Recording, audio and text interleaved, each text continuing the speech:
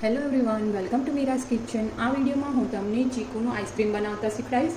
અને અત્યારે હું તમને જે રેસીપી શેર કરું છું એમાં તમારે પાવડર બી એડ નહીં કરવો પડે, અને પ્લસ તમારી પાસે જો બીટર નહીં હોય તો બી તમે ઇઝીલી ક્રીમી એવું આઈસ્ક્રીમ બનાવી અને રેડી કરશું. અને અત્યારે હું જે આ રેસીપી બનાવવા જઈ રહી છું એ સુગર ફ્રી આપણે બનાવીશું. આમાં આપણે સુગર એડ નહીં કરીએ, બિલકુલ નેચરલ જે ચીકુની મીઠાશ હોય એનાથી જ આપણે આઈસ્ક્રીમ બનાવીશું. તો ચલો સ્ટાર્ટ કરીએ. એના માટે અત્યારે મેં ચીકુ લઈ લીધા છે અને આપણે પહેલાં કટ કરી લઈશું. જો તમે સુગર એડ કરવાના હોય તો જે અત્યારે મેં ચીકુ લીધા છે એટલા તમારે ચીકુ નહીં લેવા પડે, ઓછા લેવા પડશે.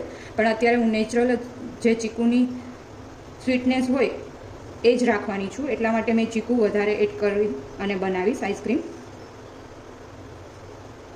આ આઈસ્ક્રીમ એકદમ હેલ્ધી રહેશે અને ઘણાને ડાયાબિટીસ કે હોય તો એ લોકો ઇઝીલી આઈસ્ક્રીમ ખાઈ શકશે, ખાસ કરીને નાના બાળકો માટે, કેમ કે આમાં જીએમએસ કે સીએમસી પાવડર એડ નથી કરવા જઈ રહ્યા, આપણે નેચરલી જ બનાવવાના છીએ.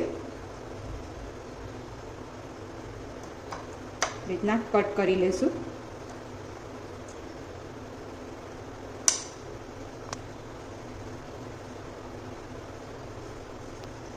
છ ચીકુ હતા તો આપણે 2 રહેવા દઈશું અને બાકી બધા ચીકુ આવી રીતના કટ કરી લેવાના છે. અત્યારે મારી પાસે આ ચીકુ જે મેં લીધા છે એ મોટી સાઇઝના છે, તો આવી રીતના એક મોટું બાઉલ ભરી અને મેં ચીકુ કટ કરી લીધા છે. હવે 2 ચીકુ રિમેનિંગ છે એને આપણે સ્મોલ પીસીસમાં કટ કરવાના છે, જેથી કરીને આપણે જ્યારે આઈસ્ક્રીમ ખાઈએ તો ચીકુના ચંક્સ આપણને આવે અને એનાથી બહુ ફાઇન આઈસ્ક્રીમ લાગશે. તો આવી રીતના ચીકુની છાલ રિમૂવ કરી અને પછી નાના પીસીસ કરી લઈશું. તો અત્યારે આવી રીતના નાનું એક બાઉલ ઝીણા સાવ સ્મોલ પીસીસમાં ચીકુને કટ કરી લીધા છે.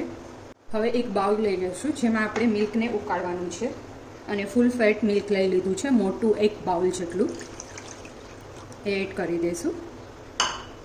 પછી એમાં 1 ટીસ્પૂન જેટલો કોર્નફ્લોર એડ કરી દઈશું. આ ઓપ્શનલ છે, જો તમારે મિલ્કનો યુઝ ના કરવો હોય તો તમે ફ્રેશ ક્રીમ જે મળે છે બજારમાં એ યુઝ કરી શકો. ટોટલી મિલ્કનું તમારે યુઝ જ નહીં કરવો પડે, ખાલી ફ્રેશ ક્રીમ અને જે આપણે પ્યુરી બનાવીશું ચીકુની એ એડ કરી અને બનાવવાનું રહેશે. તો અત્યારે હું ક્રીમ નથી એડ કરતી, અત્યારે હું નોર્મલી તમારી પાસે ઘરે જે મિલ્ક હશે એમાંથી જ તમે બનાવી શકો, એના માટે મિલ્કમાં જ હું તમને બતાવું છું. અને મિલ્ક પાવડર છે મારી પાસે, એ નાની એક વાટકી લઈ લીધો છે, એ એડ કરી દઈશું. આ પ્રોપરલી અત્યારે આપણે પહેલાં આને મિક્સ કરી દેવાનું છે. એકદમ મિલ્કમાં મિક્સઅપ થઈ જાય પછી જ આને આપણે ગેસ ઉપર ઉકાળવા માટે મૂકીશું. તો આવી રીતના પ્રોપરલી મિક્સ કરી દેવાનું.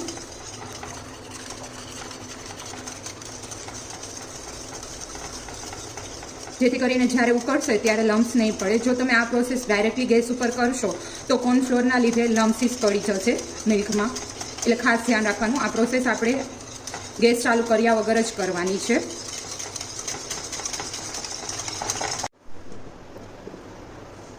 તો અત્યારે આપણે ઉકાળવા માટે દૂધને મૂકી દીધું છે. આવી રીતના કન્ટિન્યુઅસલી તમારે હલાવતું રહેવાનું છે મિલ્કમાં.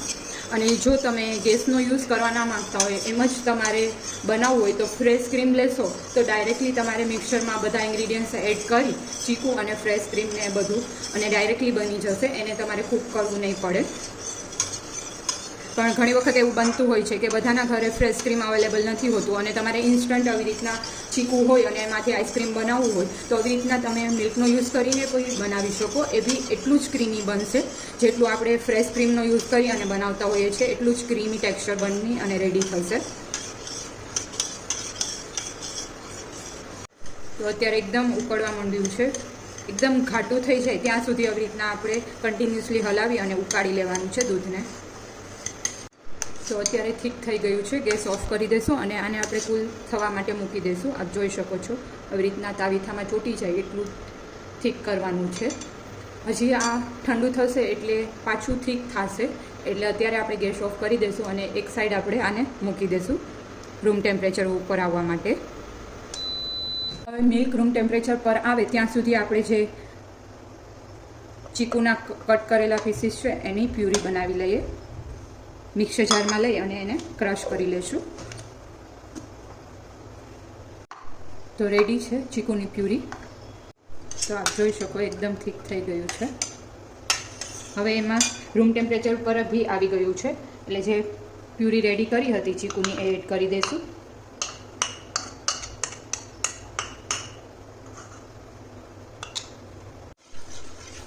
હવે પ્રોપરલી મિક્સઅપ કરી દેવાનું છે.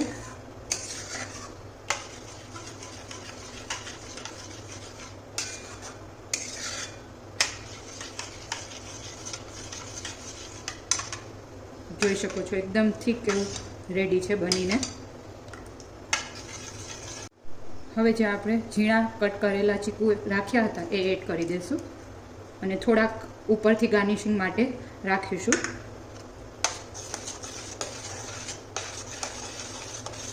કોઈ બી કન્ટેનર લઈ લેશું અને એમાં આપણે ભરી દેવાનું છે.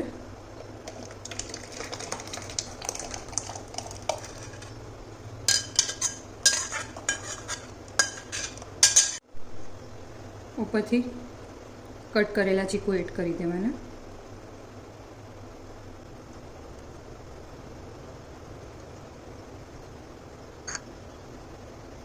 ત્યારે જોઈને મન થઈ જાય એવી રીતના આઈસ્ક્રીમ આ રેડી થવાનું છે. તો આને આપણે ઢક્કન ક્લોઝ કરી અને ફ્રીઝરમાં સેટ થવા માટે મૂકી દઈશું. અંદાજે 7 થી 8 કલાક જેવો ટાઈમ લાગશે. તો આઈસ્ક્રીમને મેં ઓવરનાઇટ માટે ફ્રીઝરમાં રાખી દીધું હતું. હવે આપણે જોઈ લઈશું તો પ્રોપરલી જામી ગયું છે. હવે આને આપણે સર્વ કરી લઈશું. તો રેડી છે, આપ જોઈ શકો છો એકદમ ક્રીમી એવું આઈસ્ક્રીમ બની અને રેડી થશે અને પ્લસ આ બહુ જ હેલ્ધી છે. આપ બી આ રેસીપી ટ્રાય કરજો અને કમેન્ટ કરી અને જણાવજો તમને મારી રેસીપી કેવી લાગી. Thank you for watching my video.